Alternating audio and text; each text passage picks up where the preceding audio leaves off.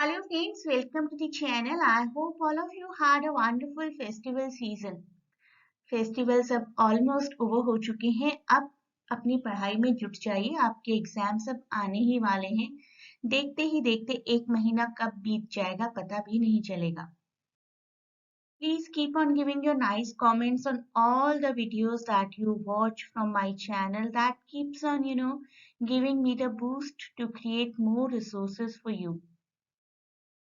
Chapter 5 cover करेंगे आज हम एस्टैब्लिशमेंट ऑफ मॉडर्न इंग्लिश. पिछले वीडियो में हमने चैप्टर 4 कवर किया था from middle English to modern English. आज एस्टैब्लिशमेंट ऑफ मॉडर्न इंग्लिश. काफी फैक्ट्स हैं इस वीडियो में, तो पेन पेपर लेकर बैठिएगा, तभी वीडियो आपके लिए बेनिफिशियल होगा. रेनेसांस की बात करते हैं. English renaissance. इंग्लिश रेनेसांस एक ऐसा पीरियड जब एनलाइटनमेंट आया था, नई नई डिस्कवरीज हो रही थी. बुक्स काफी एक्सपेंसिव थी इनिशियली, क्योंकि बुक्स को मैनुअली कॉपी किया जाता था. अच्छा भी था वैसे तो, बहुत लोगों को एम्प्लॉयमेंट मिलती थी, लेकिन बहुत टेडियस जॉब हुआ करती होगी. बुक्स जनरली कॉमन लोगों तक आराम से नहीं पहुंच पाएंगे, क्योंकि ऑब्वियसली एक बुक को हैंड रिटन कॉपी करना, हाथ से लिख लिख कर कॉपी करना कितना मुश्किल काम है. जब मैं आप लोगों को सबको कहती हूँ ना कि हाथ से नोट्स बनाइए, तो कमेंट्स आने शुरू हो जाते हैं, नहीं मैम पीडीएफ दे दीजिए, नोट्स कौन बनाएगा. And look at that point of time जबकि हाथ से नोट्स लिखे जाते थे. ये जो मिसिंग फैक्टर था, इसको ठीक किया गया 1476 में बाय विलियम केक्सटन, जिन्होंने आर्ट ऑफ प्रिंटिंग इंट्रोड्यूस किया. ये ईयर तो आपके लिए ऐसा ईयर हो जाना चाहिए कि आपको अपना बर्थ ईयर याद हो या ना हो, लेकिन ये ईयर और इस पर्सन का नाम याद होना चाहिए. तो विलियम केक्सटन ने जब इसकी शुरुआत की, तो with in 200 years over 20,000 titles in English alone were printed in England, और 16th सेंचुरी में एक के बाद एक ट्रांसलेशंस होनी शुरू हो गई. अब देखते हैं फर्दर क्या क्या चेंजेस आए. एक एक चेंज को नोट करना, स्पेसिफिकली जो हाईलाइटेड हैं उनको तो नोट करना ही करना है. बाकी सब चीजें भी पढ़ेंगे और सुनेंगे तब अच्छे से याद रहेगा, राइट. आप सिर्फ फैक्ट्स फैक्ट्स फैक्ट्स नोट करते रहेंगे ना, तो आप भूल जाएंगे. फैक्ट्स के पीछे की कहानी को भी समझने की और याद करने की कोशिश करेंगे, तो एग्जाम में अच्छे से याद आएगा. As early as 12th century, Englishmen were commenting on each other's speech. एक दूसरे की स्पीच पर कमेंट कर रहे थे. विलियम ऑफ मेल्सबरी, याद रखिएगा नाम, ईयर याद रखने की इतनी ज्यादा जरूरत नहीं है, जो कि एक मंक थे साउथ ऑफ इंग्लैंड के. उन्होंने ऑब्जर्व किया कि language of north, particularly in York, याद रखना एरिया का नाम, was very crude that Englishmen in South could not understand it. Right. तो नॉर्थ की लैंग्वेज और साउथ की लैंग्वेज बहुत डिफरेंट थी एक दूसरे से. This was said by William of Malmesbury. Chaucer, जिनको कैंटरबरी टेल्स के लिए जाना जाता है, उनकी कैंटरबरी टेल्स में ही एक टेल है Reeve's tale. Chaucer use northern dialect for comedy in Reeve's tale. ये छोटा सा क्वेश्चन आ सकता है, चौसर ने रीव्स टेल में कौन सा डायलेक्ट यूज किया. He of course wrote in the dialect of London in the preface of his translation of Eneydos. Eneydos की ट्रांसलेशन में उन्होंने लंदन डायलेक्ट यूज किया. Caxton, William Caxton limited the variation and changeability of 15th century English. Caxton को लगा कि क्या print करूं, हर जगह तो अलग इंग्लिश बोली जाती है. Referring to his native Kentish dialect. Caxton का नेटिव डायलेक्ट क्या था, याद रखिएगा, Kentish dialect. But by the early 16th century, it was clear that the social, political, and intellectual influence of London would make its dialect a virtual standard. London बहुत ही एक worshipable place हो गया था, not in literal term but in metaphorical term. एक benchmark place हो गया था पूरे वर्ल्ड के लिए. इंडस्ट्रियलाइजेशन वहीं पर शुरू हुआ था, तो ऐसा माना जाने लगा था कि अब लंदन में जो कुछ भी होगा that will become the standardized thing. तो लंदन में जितने भी political, social, intellectual, industrial changes आ रहे थे, उनकी वजह से लगा कि कहीं ना कहीं अब एक वर्चुअल स्टैंडर्ड जरूर आएगा इंग्लिश लैंग्वेज का. अब कुछ इंपॉर्टेंट पब्लिकेशंस देख लेते हैं और उनमें कुछ स्पेशल कमेंट्स हैं, उनको भी ध्यान रखिएगा. विलियम केक्सटन ने 1482 के वर्जन में जॉन ऑफ ट्रेविसा, 1387 का ट्रांसलेशन है ये, इनका translation of Ranulf Higden's Latin description of the state of English in 1327. 1327 का ओरिजिनल वर्क है, 1387 का ट्रांसलेटेड है, और उस पर 1482 में विलियम केक्सटन ने कमेंट दिया है.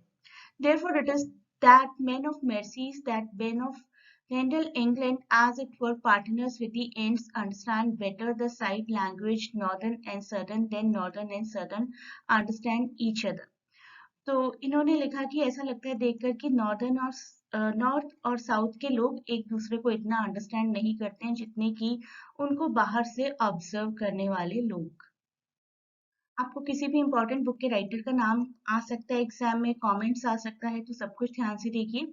सर थॉमस एलियट की किताब थी द बुक नेम गवर्नर 1531। इस किताब में देखिए उन्होंने क्या कहा। At the least we speak non-English but that which is clean, polite, perfectly and articulately pronounced, omitting no letter or syllable as foolish women oftentimes do of a wantonness whereby delures noblemen and gentlemen's children, as I do at this day know have attained corrupt and foul pronunciation। तो इन्होंने अपने इस comment में pronunciation पर ध्यान दिया कि English जो होनी चाहिए बहुत ही क्लीन, पोलाइट, परफेक्टली प्रोनाउंस होनी चाहिए, किसी भी सिलेबल या लेटर को मिस नहीं किया जाना चाहिए while speaking, otherwise it will be called foolish English. George Puttenham ने देखिए आर्ट ऑफ इंग्लिश पोजी में क्या कहा 1589। एक तो आपको ये सब कुछ तो याद रखते हैं किसने कौन सी किताब कब लिखी। Language of the poet should be natural, pure, and most usual of all his country। एक पोएट की, एक राइटर की लैंग्वेज बिल्कुल नेचुरल और प्योर होनी चाहिए। This is written. अब बात करेंगे कुछ इंस्टीट्यूशंस की जिन्होंने लैंग्वेज को स्टैंडर्डाइज करने की कोशिश की। सबसे पहला नाम आएगा रॉयल सोसाइटी का। रॉयल सोसाइटी बनाई तो गई थी साइंटिफिक डेवलपमेंट्स के लिए, लेकिन धीरे धीरे इसका पर्पस लैंग्वेज की तरफ भी जा रहा था।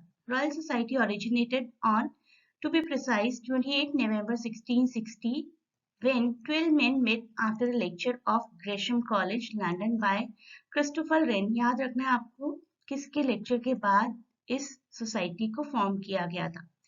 And it resolved to set up a college for the promoting of physio-mathematical experimental learning। These ambitions were put into effect over the next few years। कुछ सालों तक काम भी किया गया, particularly through a charter of incorporation granted by Charles II, जिनको restore किया गया था। इनके एरा को ही रेस्टोरेशन पीरियड भी बोला जाता है ना। और 1662 में ये चार्टर आया था और 1663 में रिवाइज किया गया। 1697 में डेनियल डेफो, जिन्होंने रॉबिन्सन क्रूसो जैसा एक लैंडमार्क टेक्स्ट हमें दिया है। In his essay upon projects proposed a committee of 36 to check the exorbitance of writers। Writers बहुत बार बहुत ओवर एंशियस हो जाते हैं, ये उन्होंने कहा। No author would have the impudence to coin without their authority। तो उन्होंने कहा कि कुछ लोगों की कमिटी बनानी चाहिए जिससे कि एक चेक, एक कंट्रोल मिले सबको, किसी एक ऑथर की अथॉरिटी ना रहे। जॉनथन स्विफ्ट, जिन्होंने हमें गुलिवर ट्रेवल्स दिया। In 1712, Jonathan Swift sent to the Earl of Oxford, the Lord Treasurer of England, his proposal for correcting, improving and ascertaining the English tongue। उन्होंने क्या कहा ध्यान से देखते हैं डिटेल में।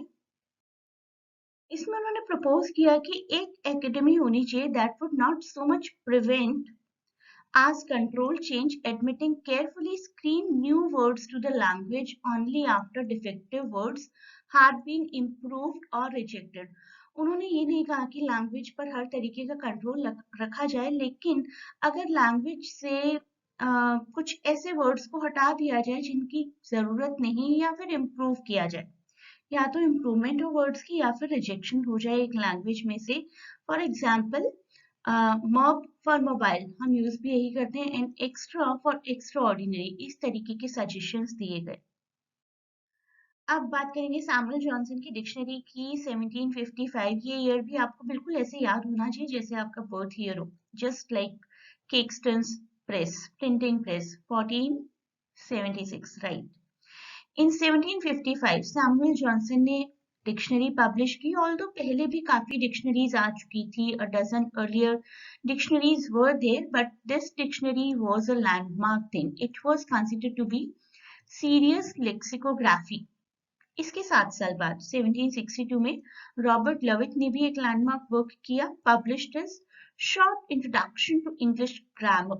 एक टेक्स्ट जिसके की फर्दर 22 एडिशंस आए, short introduction to English grammar 1762। अब बात करते हैं जोसेफ प्रीस्टली की, जो कि डिस्कवरर ऑफ ऑक्सीजन भी थे। उन्होंने लिखी रूडिमेंट ऑफ इंग्लिश ग्रामर 1761 में, और क्या कहा?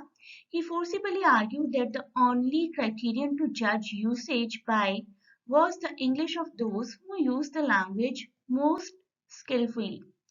कहना बहुत आसान होता है कई बार, पहले तो ये आइडेंटिफाई करना है कि स्किलफुली कौन यूज करता है, और उस स्किलफुल पर्सन को स्किलफुल कौन कौन मानता है। It was simple to say but very tough to be followed. इसी किताब में डिक्शनरीज के कुछ वर्जन्स दिए गए हैं, इन सभी वर्जन्स को आप लोग नोट कर लीजिए। वेबस्टर का third version, second version American heritage dictionary, Oxford dictionary, random house dictionary, Webster's new world dictionary of the American language. तो ये सभी ईयर्स आप नोट कर लीजिए, हो सकता है आपको along with years in dictionaries के नाम एग्जाम में आ जाए। अब बात करेंगे अमेरिकन इंग्लिश की। अमेरिकन इंग्लिश, क्योंकि कॉलोनीज जो थी वो इंडिपेंडेंट हो रही थी अब धीरे धीरे। कॉलोनीज की बात तो हमने बहुत बार की अपने वीडियोस में। In the last quarter of the 18th century, there occurred an event that would diminish and probably will eventually end the prestige of the particular English dialect found in the environs of London. सिर्फ London में ही नहीं, English और जगह भी बोली जाती है। The American colonialists declared and won their independence. पहले क्या था attitude? The earliest American attitude towards American English predictably split between those who deplored its deviation from educated English usages and those who recognized that American English was gaining a character that reflected the need of its speaker. Right, कुछ लोग मानते थे कि English जो है सिर्फ educated लोगों का काम है, और कुछ लोग मानते थे कि इंग्लिश एक ऐसी लैंग्वेज है जो कि अपने स्पीकर्स की सभी नीड्स को फुलफिल करती है। नोआ वेब्स्टर ने 1789 में देखिए क्या लिखा। As an independent nation, our honor requires us to have a system of our own in language as well as government. Great Britain, whose children we are and whose language we speak, should no longer be our standard. हमारी language का भी एक अलग standard होना चाहिए, हम भी independent है। For the taste of her writers is already corrupted and her language on the decline, but if it were not so, she is at too great a distance to be our model and to instruct us in the principle of our own tongue from dissertations on the English language. तो उन्होंने कहा कि अब हमारी government को, हमारे nation को अपनी खुद की इंग्लिश पर वर्क करने की जरूरत है। वी अंडरस्टैंड, ही सेड कि वी अंडरस्टैंड कि we are the children of Great Britain, लेकिन उनकी इंग्लिश और उनकी नीड्स अलग हैं, हमारी इंग्लिश और हमारी नीड्स अलग हैं। Black English, not a good era, I say. African American English, AAE भी बोला जाता है शॉर्ट में, originated from contact between Africans and whites during a very black period of human history. Slavery. First slave कब merchandise हुए थे, ये याद रख लीजिए, हो सकता है क्वेश्चन आ जाए। First slaves merchandise in the colonies were sold to the Jamestown settlers in 1619 by a passing Dutch privateer. Right, place का नाम आ सकता है, ईयर आ सकता है, तो याद रखिए इस फैक्ट को। और धीरे धीरे ये वर्ड नीग्रो, जिसको हम बहुत आराम से बोल देते हैं, think about the mentality, the psychology of a slave, जिसके लिए वर्ड यूज किया जाता है। The word Negro was borrowed from Portuguese or Spanish, nigger from neger, a Middle French word also borrowed from Spanish or Portuguese. Both words ultimately can be traced back to Latin nigger. तो black लोगों के लिए just because of their skin color we use a different word, and not only a different word but different treatment. These blacks are meant to be only slaves. That was the mentality of everyone that point of time. At about this time, there arose among the European traders and their African counterparts pidgin languages. Pidgin की हमने काफी बात की थी पिछले videos में, history के जो हमने पहले वीडियोस किए हैं। पिजिन एक मेकशिफ्ट या काम चलाओ कह सकते हैं आप, ऐसी लैंग्वेज होती है जिसमें बहुत ही बेसिक कम्युनिकेशंस कर सकते हैं आप, I want to drink water, I am tired और I am hungry, this kind of contacts. Mixture of African and European words in a simplified grammar structure, but one still complex enough to prevent us from thinking of them as a childlike primitive form of communication of no tiki no wash. No tiki no wash एक बहुत popular phrase था, Canada का phrase है, जिसमें कहा जाता है कि if anything happens that happens because of an exchange, right. Basically laundry में यूज किया जाता था ये, जब लॉन्ड्री से कोई कपड़े अपने वापस लेने जाता था तो उसको एक बिल कहते हैं हम, जिसको इंडिया में या टिकट शो करना होता है कि yes I gave these clothes to you. Exchange होना बहुत जरूरी है किसी भी और फर्दर ट्रांजेक्शन के लिए. सो पिजिन का जो बेस माना जाता था that was this phrase no tiki no wash, right. कि एक स्लेव दूसरे स्लेव के साथ कुछ कम्युनिकेशन एक्सचेंज करते हैं और धीरे धीरे धीरे धीरे वो एक मेकशिफ्ट लैंग्वेज में कन्वर्ट होता चला जाता है, उनका कम्युनिकेशन, सब एक दूसरे की भाषा समझने लगते हैं. तो pidgin we can call to be no tick no wash kind of language. अब आप सब लोग अपने फेस्टिव मूड को थोड़ा सा साइडलाइन कर दीजिए और काफी अच्छे से पढ़ाई करने की जरूरत है. सारी प्लेलिस्ट देखिए मेरी, अपने नोट्स बनाए हैं तो उन्हीं नोट्स को रेफर करिए. जितने रिसोर्सेज को आप अवेल कर सकते हैं, जितने रिसोर्सेज को आप लोग रेफर कर सकते हैं, जरूर करिए. म्यूनिसिपल टेस्ट का भी मैंने एक वीडियो बना दी है पूरे 100 क्वेश्चंस का, उसको रेफर करके आप अंडरस्टैंड कर सकते हैं. पेपर का पैटर्न लगभग वैसा ही रहने वाला है. तो नेक्स्ट वीडियो में हम लोग करेंगे चैप्टर 6 और आपका काम है पढ़ते रहना और कुछ भी नहीं. हर चीज़ की नोट मेकिंग करिए, और किसी ने अभी तक चैनल ज्वाइन नहीं किया है, Telegram channel I am talking about, तो वो करिए इमीडिएटली. वहाँ पर आपको बहुत ही बड़ा क्वेश्चन बैंक मिलेगा. लगभग सभी टॉपिक्स के लिए क्वेश्चंस पूछे जा चुके हैं, आपके लिटरेरी टॉपिक्स के लिए भी और फोनेटिक्स के लिए भी, हिस्ट्री के लिए भी. तो if you are well prepared, go and appear for it. This is the channel. You can see more than 300 questions are there which you can appear and make your preparation concrete.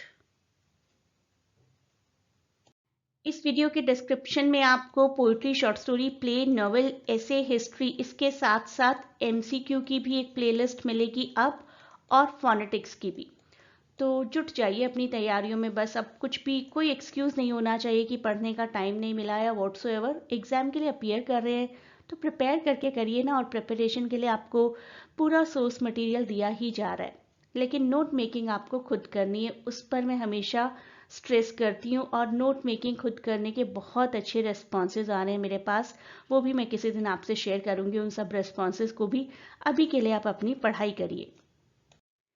Videos पर अपने comments देना मत भूलिए. Comments आप लोग जब provide करते हैं ना, तो एक एंकरेजमेंट आता है, एक किक मिलता है और वीडियोस और सोर्स मटेरियल्स आपके लिए क्रिएट करने का. Otherwise it feels very monotonous. तो जो भी इस वीडियो को देख रहा है, प्लीज़ अपने कमेंट्स ज़रूर लिखिए.